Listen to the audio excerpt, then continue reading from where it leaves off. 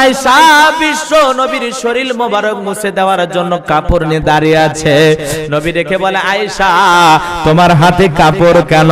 আম্মা জান দেখে বলে, নবী গো, আপনি যখন পাহাড়ের পাশে সাহাবীদের সামনে কোরআন দিয়ে বয়ান করতেছেন, আমি আয়েশা তাকায়া দেখলাম আসমান থেকে কি যেন বৃষ্টির মতো পড়ে পড়ে আপনি এবং সাহাবীদের শরীর মোবারক ভিজে যাচ্ছে। আমি আয়েশা আপনার শরীর মুছে দেওয়ার জন্য কাপড় নিয়ে দাঁড়িয়ে থাকলাম, কিন্তু আমি আয়েশা এখন তাকায় দেখি আপনার শরীরের ভিতরে এক ফোঁটা বৃষ্টির পানির চিহ্ন খুঁজে পাওয়া যায় না। নবী ডেকে বলে, আয়েশা তাহলে শুনে নাও, যেটা তুমি আকাশের বৃষ্টির পানি মনে করেছো, ও আয়েশা ওটা বৃষ্টির পানি না, বৃষ্টির পানি না। যেখানে কোরআনুল কারীমের আলোচনা করা হয়, কোরআনের বয়ান করা হয়, সেইখানে আল্লাহ পাকের রহমত বৃষ্টির মতো নাজিল হয়। সুবহানাল্লাহ, জোরে কর। সম্মানিত ভাইরা আমার, এজন্য যারা কুরআনুল কারীমের মাহফিলে বসেছেন, বাজার কোরআন দিয়ে আলোচনা করা লাগবে, করলে আপনার আমার লাভ। আল্লাহ রাব্বুল আলামিন বলেন, ওয়াযাক্কির ফাইন্নায যিকরা তানফাউল মুমিনিন। আল্লাহ রাব্বুল আলামিন জানায় দিলেন, যারা আমার মুমিন বান্দা, তাদের সামনে যদি কোরআন দিয়ে ওয়াজ করা হয়, কোরআন থেকে উপদেশ দেওয়া হয়, এই কথাগুলো আমার মুমিন বান্দাদের উপকারে আসবে। বলেন সুবহানাল্লাহ। এজন্য ওয়াজ কোরআন থেকে হওয়ার দরকার আছে না নাই?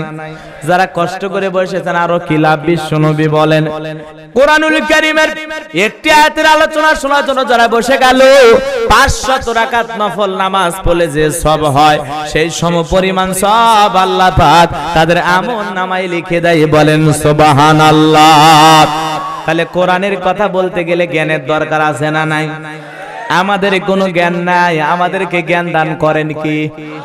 সুবহানাকা লা ইলমা লানা ইল্লা মা আল্লামতানা ইন্নাকা আনতাল আলিমুল হাকীম। আমাদের কোনো জ্ঞান নাই, আমাদেরকে জ্ঞান দান করেন কি? আরো জোরে বলেন। আমার আল্লাহ রাব্বুল আলামিন বলেন, ওয়ালাকাদ আতাইনা দাউদা সুলাইমানা ইলমা। আল্লাহ রাব্বুল আলামিন জানায় দিলেন, আমি পয়গম্বর দাউদ এবং সুলাইমানকে ইলম দান করেছিলাম। তাহলে আল্লাহর পয়গম্বর দাউদ এবং সুলাইমানকে ইলম দান করেছিলেন কে? আরো জোরে বলেন কে? জ্ঞান দান করেছিলেন কে? তাহলে আমাদের কোনো জ্ঞান নাই, আমাদেরকে জ্ঞান দান করেন কে? আল্লাহ রাব্বুল আলামিন বলেন, আমি পয়গম্বর দাউদ এবং সুলাইমানকে ইলম দান করেছিলাম, জ্ঞান দান করেছিলাম। আল্লাহর পয়গম্বর দাউদ আলাইহিস সালাম যখন তার সুমধুর কণ্ঠে জাবুর কিতাব তিলাওয়াত করতেন, পয়গম্বরের কণ্ঠটা এত ভালো, এত মিষ্টি ছিল, পয়গম্বর তিলাওয়াত শোনার জন্য সমুদ্রের মাছগুলো পর্যন্ত কিনারায় ভিড় জমায়ে দিত। বলেন সুবহানাল্লাহ। আল্লাহর পয়গম্বর দাউদ আলাইহিস সালামকে আল্লাহ রাব্বুল আলামিন এমন একটা মর্যাদা দান করেছিলেন, পৃথিবীর যত শক্তিধর লোহাকে এই পয়গম্বর হাতের মধ্যে নাও মাত্র আল্লাহ পাক ওই লোহাটাকে মমের মতো, পানির মতো গলিয়ে দিতেন। পয়গম্বর লোহা গলায়া দাও কুড়াল বটি বানায়া কামারের কাজ কইরা ওগুলো বাজারে বিক্রি কইরা যে টাকা হয়, সেই টাকা দিয়ে পরিবারের জন্য খরচ করতেন। বাদশাহীর ভান্ডার থেকে পয়গম্বর একটা টাকাও গ্রহণ করতো না। বলেন সুবহানাল্লাহ। এমন আদর্শ কি বর্তমানে কোন মেম্বারের খুঁজে পাওয়া যাবে? কথা বলেন না কেন? যে মেম্বার হওয়ার আগে সাইকেল কেনার টাকা নাই, মোটর সাইকেল কেনার টাকা নাই, কোনো মতে যদি একটা ছোটখাটো নেতা হয়, ওর গাড়ি বাড়ি টাকা পয়সা সম্পদের আর কোনো অভাব। কথা বলেন। আর তাদের পেছনে আমরা স্লোগান দেই, বল্টু ভাইয়ের চরিত্র ফুলের মতো পবিত্র, নামাজ পড়া করতো, গাঞ্জা খাই 5 ওয়াক্ত, ঘুম চুরিতে পাকা ভক্ত, শয়তানের 1 নাম্বার ভক্ত, হুজুরদের জন্য খুবই শক্ত, সুসা খাই গরিবের রক্ত।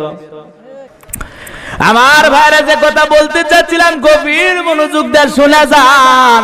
আল্লাহর পয়গম্বর দাউদ আলাইহিস সালাম কেমন আদর্শ পয়গাম্বার ছিলেন, অনেক কথা বলার সময় নাই। জীবনের শেষ প্রান্তে এসে আল্লাহ পাকের কাছে দোয়া করে বললেন, আল্লাহ আমি জানতে চাই আমার পরবর্তীতে আপনি কাকে ফিলিস্তিনের বাদশাহী দান করবেন, আমার পরে ফিলিস্তিনের বাদশাহী কে পাবে? পয়গাম্বারকে আল্লাহ পাক জানায় দিলেন, পয়গাম্বার দাউদ তোমার পরবর্তীতে আমি তাকেই ফিলিস্তিনের বাদশাহী দান করব। আমার পক্ষ থেকে নিয়ামতে ভরা একটা সিন্ধুক যাবে, সিন্ধুকের ভিতরে 3টা জিনিস থাকবে, কোনটার নাম কি, কোনটা দিয়ে কি কাজ হয় যে বলে দিতে পারবে, বুঝতে পারবেন পয়গাম্বার আমি তাকেই তোমার পরবর্তীতে বাদশাহী দান করব। কোন সুবহানাল্লাহ। হযরত দাউদ আলাইহিস সালাম এই কথা শোনার পর দেশের হাজার হাজার মানুষগুলোকে একত্রিত করলেন, এক জায়গায় জড়ো করলেন, ডেকে বলেন, দেশের জনগণ শোনো দিয়ামন, আল্লাহর পক্ষ থেকে নিয়ামতে ভরা একটা সিন্ধুক আসবে, সিন্ধুকের ভিতরে 3টা জিনিস থাকবে, কোনটার নাম কি, কোনটা দেখে কাজ হয়, তোমরা কি কেউ বলে দিতে পারবা? হাজার হাজার জনগণ শুনে মাথা নত করে চলে যায়। পয়গাম্বরের প্রশ্নের উত্তর কেউ দিতে পারলো না। ভাই ওরে চাঁদপুরের মুসলমান ভালো করে শুনে যান, আল্লাহর পয়গাম্বর এইভাবে কয়েকদিন দাওয়াত দিতে লাগলেন, তার দাওয়াতের কথা কেউ শ্রবণ করে ঠিক উত্তর দিতে পারে না। পয়গাম্বর চিন্তা করলো, এতদিন সব জায়গায় দাওয়াত দিলাম, নিজের ঘরে দাওয়াত দেওয়ার দরকার আছে না নাই? আরো জোরে বলেন। এইবার পয়গাম্বর তার ছেলে মেয়েগুলোকে একত্রিত করলেন। হযরতে দাউদ আলাইহিস সালাম তার ছেলে মেয়ের সংখ্যা ছিল 40 জন। সুবহানাল্লাহ বলবেন না? মানে এরা 40 জনের কথা শুনে হাতে শুকিয়ে গেছে, বাবা কি কয়। আর আমাদের স্লোগান, সন্তান 2টার বেশি হলে, 2টার বেশি নয়, একটা হলে ভালো হয়। আমার স্লোগান, না হইলে তোদের আরো ভালো। কথা কর না কেন? সন্তান 2টার বেশি নয়, একটা হলে ভালো হয়। এই স্লোগান মুসলমানের নাম। এটা তামাম পৃথিবীর ইহুদিরা, খ্রিস্টানেরা যারা জমিনে মুসলমান চায় না, ইসলাম চায় না, ওই সমস্ত ইসলাম বিরোধী অপশক্তি যারা, ওরা সুকৌশলে মুসলমানের মাথার মধ্যে ভাইরাসটা ঢুকিয়ে দিয়েছে, সন্তান 2টার বেশি নয়, একটা হলে ভালো হয়। কারণ আজকে পৃথিবীতে মানুষের সংখ্যা হলো 700 কোটি, এর মধ্যে মাত্র হলো 160 কোটি হলো মুসলমান। সংখ্যায় যদি আমরা 300 কোটি মুসলমান হতে পারতাম, পৃথিবীর কোন জালেম মুসলমান হত্যা করা তো দূরের কথা, মুসলমানের শরীরের একটা পশম বাঁকা করারও কোন জালেমের সাহস ছিল না। আজকে আমরা মুসলমান সংখ্যায় কম, এজন্য জালেমেরা হয়েছে আমাদের জম। কথা কয়, সংখ্যা বাড়ার লাগবে। কথা কয় না? 1টা 2টা সন্তান না কি হবে? আজকে কিছু কিছু মানুষ মাহফিলে গেলে বলে, হুজুর আমার একমাত্র ছেলে বুলেট। ওরে শয়তান, আর কই আর না হুজুর, একটাই যথেষ্ট। আছে না নাই? আমাদের পাশের জেলা ঠাকুরগাঁও, ওয়াজ করতে গেলাম, এক মুরব্বি এসে বলে, হুজুর দোয়া করেন। বাবাজি দোয়া করব, ছেলে মেয়ে কয়, মেয়ে আমার 11টা, ছেলে আমার 6টা। আলহামদুলিল্লাহ। কর চুয়াডাঙ্গা জেলা, যশোর চুয়াডাঙ্গা, এগুলো নাম শুনছেন? ওইদিকে ওয়াজ করতে গেলাম, এক বেচারা এসে বলে, হুজুর দোয়া করেন। আমি বাবাজি দোয়া করব, ভালো। ছেলে মেয়ে কয়জন? কয় মেয়ে আমার 9টা, ছেলে আমার 5টা। তবে হুজুর দোয়া করেন আমার সব ছেলে মেয়ে কোরআনের হাফেজ। কেমন ভাগ্যবান, সব ছেলে মেয়ে হাফেজ। সুবহানাল্লাহ বলে। আর আমরা একটা নিয়ে আসি, ওই ট্যাবলেট, বল্টু, ইয়াবা খাবি না ফেন্সিডিল খাবি, ভালো পথে চলবি না খারাপ পথে চলবি, তার গ্যারান্টি আছে। আর একটা সন্তানের নাম তুলছে কি, Chumki, Rumki, Jhumki, bullet, tablet, nut, screw. আছে না নাই? না কথা বলেন। গ্রাম অঞ্চলে এক চাচা শহরে গেছে ভাতিজার বাড়িতে, তো ভাতিজা চাচারে পাইয়া খুব খুশি। চাচা খাওয়া দাওয়া করে বলতেছে, বাবা তোমার নাকি ছেলেও আছে মেয়েও আছে, তো একটু ডাক দাও, একটু দেখে যাই ছেলে মেয়ে কেমন। তো ওই ভাতিজা ডাক দিছে, ব্রাশ ফায়ার। যেই ডাক দিছে চাচা মারছে দৌড়, পিছনে ভাতিজাও দৌড়। কয় বাবা এই বয়সে আমারে ব্রাশ ফায়ার করে মারিস না। কয় চাচা থামেন। কয় না রে বাবা আমারে ব্রাশ ফায়ার করিস না। তো থামেন চাচা, পরিশেষে থামছে। তো বলে আপনি দৌড়াতে, কয় না বাবা এই বয়সে মানে তুই ব্রাশ ফায়ার করে মারিস না। বলে আপনি তো আমার ছেলে মেয়ে দেখতে চাইলেন। তো ছেলেটার নাম হলো ব্রাশ আর মেয়েটার নাম হলো ফায়ার। কি নাম! শয়তানও কয় এরকম নাম আমি শুনিনি। কথা কোন ঠিক না ভাই? এরকম ছেলে মেয়ের নাম আছে না আমার? এক মহিলা আমারে ফোন দিয়ে বলতেছে, হুজুর আমার একটা ছেলে হইছে, একটা নাম দেন। তো আমি বললাম বিশ্বনবী দুইটা নাম পছন্দ করছে, একটা হলো আব্দুল্লাহ আর একটা হলো আব্দুর রহমান, দুইটার মধ্যে যে কোনো একটা নাম রাখেন। বলে হুজুর এগুলো তো নামের মধ্যে চাচা চাচা ভাব, মানে বয়স্ক মানুষের নাম। কথা বুঝছেন? কি অবস্থা চিন্তা করেন। আজকে সমাজের মধ্যে ডিজিটাল নাম পাবেন, নাম শুনলে মাথা গরম হবে। রকি, সকি, বাবু, সনি, ফনি। কথা কর না কে? আপনাদের এলাকায় অবশ্য নাই, সব তো ভালো ভালো নাম রাখছেন, তাই না? কষ্ট হয় আপনাদের। আমার ভাইরা গভীর মনোযোগ দিয়ে শুনে যান। আল্লাহর পয়গম্বর দাউদ আলাইহিস সালাম কন্যা সন্তানে কুজন, ছেলে সন্তান 19 জন। এইবার ডেকে বলে শোনো, আল্লাহর পক্ষ থেকে একটা নিয়ামতে ভরা সিন্ধুক আসবে। সিন্ধুকের ভিতরে 3টা জিনিস থাকবে। কোনটার নাম কি, কোনটা দিয়ে কি কাজ হয়, তোমরা কি কি বলে দিতে পারবা?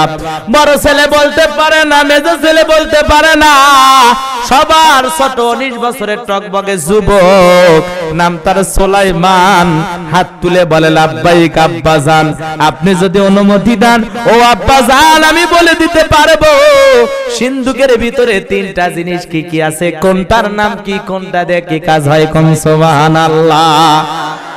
নবী দাউদ থেকে বলে বাবা তুমি ছোট মানুষ না বুঝে একটা কথা বলো। কথায় আছে মরিচ ছোট ঝাল বেশি। কথা কর, মরিচ ছোট ঝাল বেশি। ডেকে বলে আব্বাজান একেবারে আমারে ছোট মনে করবেন না, আমার বয়স যখন 14-15 হয়ে গেছে আব্বা, আমি সুলাইমান যখন জঙ্গলের পাশ দিয়ে হেঁটে যেতাম, ওই জঙ্গলের একটা প্রাণী আর একটা প্রাণীর সাথে, একটা পশু আর একটা পশুর সাথে কি কথা বলে, কোন ভাষায় কথা বলে, আমি সুলাইমান পশুদের ভাষাও বুঝতে পারি। কোন সুবহানাল্লাহ। ও আব্বাজান একেবারে ছোট মনে করবেন না, দূর আকাশে যখন পাখি উড়ে যায়, আমি সুলাইমান জমিনের উপর দাঁড়ায় থাকি। একটা পাখি দূর আকাশে ডানা মেলে উঠতে উঠতে আর একটা পাখির সাথে কি কথা বলে, কোন ভাষায় কথা বলে, আমি জমিনের উপর দাঁড়াইয়া পাখিদের ভাষাও বুঝতে পারি। কোন সুবহানাল্লাহ। আমি বলে দেব 3টা জিনিস কি কি, কোনটার নাম কি, আপনারা কি শুনবেন? কারা কারা দেখি দুহাত তুলে দেখান। লিল্লাহি তাকবীর। আমার ভাইরা আমি আপনাদের সামনে পবিত্র কুরআনুল কারীমের ৭৪ নাম্বার সূরা, সূরা নাম্বার কত? কথা বলা লাগবে। সূরা নাম্বার ৭৪, 29 পারা থেকে ৭৪ নাম্বার সূরা তেলাওয়াত করেছি। এই সূরাটিতে মোট আয়াত আছে 56টি, রুকু আছে 2টি। বিশ্বনবীর মক্কার জিন্দেগিতে এই সূরাটি নাজিল হয়েছেন। হুজুর আকরাম সাল্লাল্লাহু আলাইহি ওয়াসাল্লামের জীবনের 2টি পর্ব, একটা হলো মাক্কি আর একটা হলো মাদানী। কথা বলেন ঠিক না ভাই? ঠিক। বাজান গো আমার আল্লাহ পাক কি বলেছেন জবান ছেড়ে আমরা সবাই তিলাওয়াত করি। একটু মোহাব্বতে সবাই আওয়াজ দিয়ে বলেন আউযু বিল্লাহি মিনাশ শাইতানির রাজিম বিসমিল্লাহির রাহমানির রহিম। বিতাড়িত মুদ্দাত শয়তানের কাছ থেকে আল্লাহর কাছে আশ্রয় প্রার্থনা করছি। সূরাটির নাম মুদ্দাসির। কি নাম? ঠিক মানে মুদ্দাসির মানে বোঝেন পোশাক পরিহিত। আল্লাহ রাব্বুল আলামিন বলেন কুল্লু নাফসিম বিমা কাসাবাত রহিনা। আরো আস্তে কোন আল্লাহু আকবার, আরো আস্তে কোন আল্লাহু আকবার। দেখছেন আস্তে বললে জোরে হয়। অবস্থাটা উল্টা না? অবস্থাটা কি উল্টা। তার মানে গাড়িতে উঠেছে এক মুরব্বী, পাশের সিটটা ফাঁকা, উঠেছে ডিজিটাল যুবক। ডিজিটাল যুবক মানে বোঝেন না, মাকে মানে ডিজিটাল যুবকের নাকে তার, গলায় তার, কানে তার, গেন্দিতে তার, সাথে তার, বুকে তার, নাভিতে তার, মাজায় তার, দেখে বোঝা যায় না মানুষ না বিদ্যুতের খুঁটি। এরকম যুবক আছে না নাই? এরকম তার মার পরা যুবক, তার মার সেরা যুবক। দেখেন না কিছু কিছু যুবের চুলের কাটিং দেখে শয়তান পর্যন্ত কয় জীবনে কাটিনি। আছে না কাটিং আলা চুল, পুরো মাথা কাইটে এই জায়গায় চুল রাখে বড় বড়, মনে হয় খেরের পালা রাখছে। খেরের পালা মানে বোঝে কি কয় এলাকায় কি খেরের হালা, খেরের আরা, আরা। আচ্ছা, কোন এলাকায় আসলাম গো? তো ভাই শোনেন, তো কিছু ছেলে পেলে আছে চুলের কাটিং কঠিন অবস্থা। চাঁদপুরের মুসলমানেরা ভালো করে শোনেন, এই এলাকায় যুবক আছে কিনা? বগুড়া সাত মাথায় দেখি এক যুবক পিছনে কাইটে লেখে রাখছে ইংরেজিতে আর। কি লেখছে? তো আমি যুবকের হাত ধরে, ভাই আর লেখা, তোর নাম কি? রাজু। কয় না। তো আর কে? কয় হুজুর বুঝিচ্ছেন না, অ্যাঙ্গেলে মার দিছি। আমি বললাম অ্যাঙ্গেলে মার মানে ব্যাপারটা কি? কয় হুজুর বুঝবেন না তো, আগে দোয়া করেন আমার প্রেম যেন সফল হয়। ওরে বদমাইশ, তোর প্রেমের দোয়া আমি করব। বিয়ের আগে প্রেম জায়েজ না হারাম? হারাম। তবে যুবকেরা এগুলো করতে বেশি পায় আরাম। বাদ দেন। তো এই ছেলেকে ডেকে বললাম ব্যাপারটা কি? কয় হুজুর আপনি হুজুর মানুষ মিথ্যা কথা কয়ে লাভ নেবেন না, মিথ্যা কথা বলিস না বাবা, যেটা সত্য সেইটাই বল। তো বলতেছে হুজুর বুঝতে পারতেছেন না, আমার নায়িকার নাম হলো রুজিনা, ওয়াক্সরা আমি বুঝি না। তো বিয়ের আগে আপনি যারে ভালোবাসেন তার নাম নিয়ে যদি মাথায় ঘোরেন, ওই মহিলা বাড়িতে আসলে বিপদ কম না বেশি? জোরে বলেন, বেশি বিপদ। কথা কন ঠিক না বেঠিক? মন খারাপ করছেন মনে হয় আপনারা। এই জন্য তরুণ যুবক ওই রকম একটা তার মার সেরা যুবক গাড়িতে উঠেছে, বাস গাড়ি। তো বাস গাড়িতে লেখা থাকে, দেখেন না গাড়িতে কি লেখা থাকে? ধূমপান নিষেধ। ওই যুবক পকেট থেকে বের করেছে স্টার সিগারেট, হাতি ছিল গ্যাস চুলে, ওই গ্যাস চুলে দিয়ে সিগারেটটা টান মারতেছে, এমন কায়দায় ধোঁয়া ছাড়তেছে মনে হয় আন্তনগরে ট্রেন ছাড়ছে। কথা বুঝছেন? মুরব্বী মানুষ তো বলতেছে, এই বাবা তুমি কি লেখাপড়া জানো না? গাড়িতে লেখা আছে ধূমপান নিষেধ, তুমি খাও কা? যুবক রেগে বেগে বলে, এই পুরার বেটা তুই আমারে চিনিস? আমার পরনে আছে পাগলু টুপি। শয়তানও কয় জীবনে পরে দেখিনি। কথা কোন আছে না না? এরকম পাগলু টুপি আন পরা ছেলে পেলে আছে না না? এই যে চাচা এই জায়গায় বসে আছে মুরব্বী, আগে আমরা আগেকার মুরব্বী যারা শার্ট হোক পাঞ্জাবি হোক কোন জায়গায় যদি ছিঁড়ে গেছে, ছিঁড়ে যাও মানে বোঝেন না? বোঝেন তো? ছিঁড়ে গেছে ওই জায়গাটা মানুষ সিলাই না করা পর্যন্ত, রিপু না করা পর্যন্ত, তালি না দেওয়া পর্যন্ত ওই সেরা জামা গায়ে গায়ে। আর এখন কি ডিজিটাল যুবক বার হয়েছে, সেরা কাপড় টাকা দিয়ে কেনে। আছে না না? এই যে হাঁটুর মাঝখান দিয়ে প্যানের সেরা আছে না না?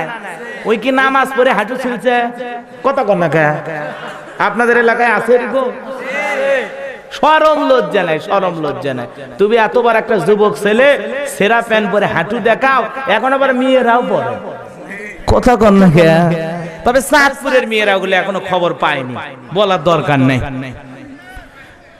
তো তার মার সেরা যুবক যখন ওগুলো খায়, যুবক ধমক দিয়ে বলে, এই বুড়ের বেটা তুই আমার চিনিস? গাড়িতে কি লেখা আছে ওই দিক তাকা। আপনার কোনো অভিযোগ থাকলে চালককে গিয়ে বলুন। যা বাটা চালকের কাছে যা, ড্রাইভারের কাছে যা। এইবার মুরব্বী মানুষ সিট ধরে ড্রাইভারের কাছে গেছে, ড্রাইভার ভাই খালি কি গাড়ি চালাবেন নাকি একটা অভিযোগ শুনবেন? কি হয়েছে চাচা মিয়া বলেন? গাড়িতে লেখা আছে ধূমপান নিষেধ, একটা ছেলে খায় নিষেধ করলাম, উল্টো আরেকটা লেখায় দেখে বলে আপনার কোন অভিযোগ থাকলে চালককে গিয়ে বলুন। বাবারে তুমি কি আমার এই অভিযোগটা শুনলা? ড্রাইভার সাহেব দেখে বলে, চাচা মিয়া দেখেন তো আমার সিটের পিছনে কি লেখা আছে, গাড়ি চালাবার সময় চালকের সাথে কথা বলিবেন। তাহলে অভিযোগটা দেবেন কার কাছে? আসতে বললে জোরে হয়। কথা কর ঠিক না বেটি? এজন্য আল্লাহু আকবার আসতে না জোরে? উল্টো দিকে না সিধে দিকে? একটু দেখি তো কেমন পারেন। আল্লাহ রাব্বুল আলামিন বলেন, কুল্লু নাফসিম বিমা কাসাবাত রহিনা।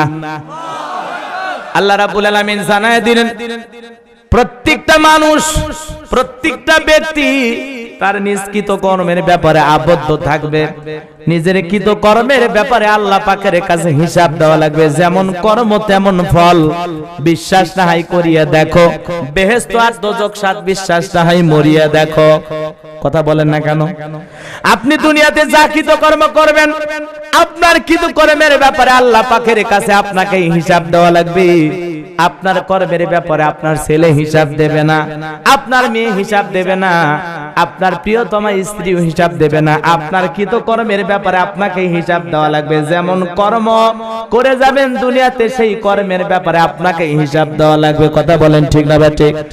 এজন্য দুনিয়াতে আপনি যা করতেছেন ভালো করার দরকার আছে না নাই? কারণ মানুষ এমন কোন কর্ম করে না, মানুষের এমন কোন কৃতকর্ম নাই, মানুষের এমন কোন কথা বলে না যেই কথাটা রেকর্ড করার জন্য আল্লাহর ফেরেশতা নাই, আছে না নাই? আল্লাহ রাব্বুল আলামিন বলেন, মা ইয়ালফিজু মিন কাউলিন ইল্লা লাদাইহি রাকীবুন আতীদ।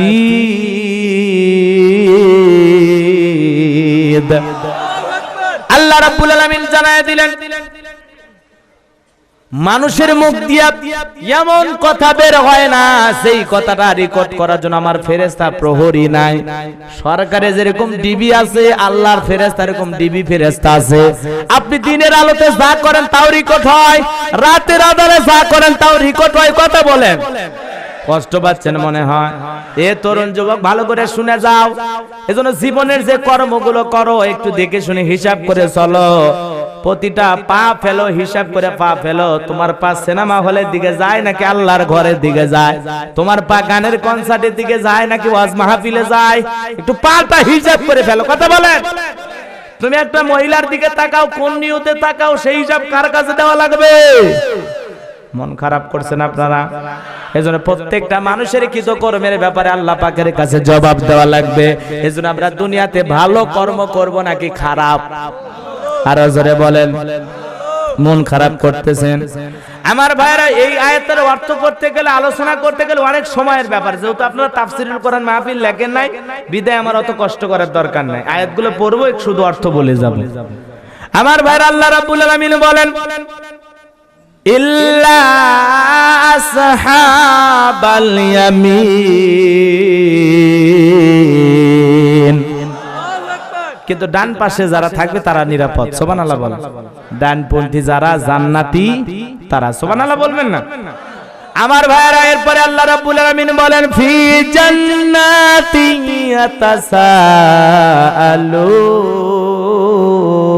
ইয়াতাসাআলুন। আল্লাহ রাব্বুল আলামিন জানায় দিলেন, একজন জান্নাতি আর একজন জান্নাতীর সাথে পরস্পরে গল্পে লিপ্ত হবে। জান্নাতি একজন আরেকজনের সাথে গল্প করবে। গল্প মানে বোঝেন না?